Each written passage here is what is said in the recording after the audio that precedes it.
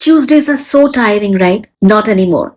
Let's make it a thrilling Tuesday. What's stopping you from doing that one thing that you have always wanted for? Let's shatter your comfort zone today. Here are few pro tips which would help you to make you yourself your best company ever. So here we go. Point number one, start small.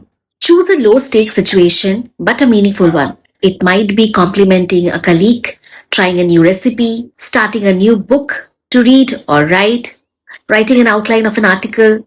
Number two, reward yourself. Pair a bold action with a treat. For example, treating yourself with an ice cream or watching a movie after you have completed that action. Visualize success. Imagine how would you feel after you have achieved your bold move. Why it's a bold move? Because you have procrastinated for so long and you have lastly conquered it. Remember it, folks. Visualization is a very strong and effective practice with yourself, which helps you to achieve your goals in not 2x or 3x or 4x, but at 10x speed. So do not underestimate it. Do not forget to check the captions for the action strategies, and also do not forget to mention in the comments that one bold move which you are committing it to yourself to be done today. That's your quick action tip.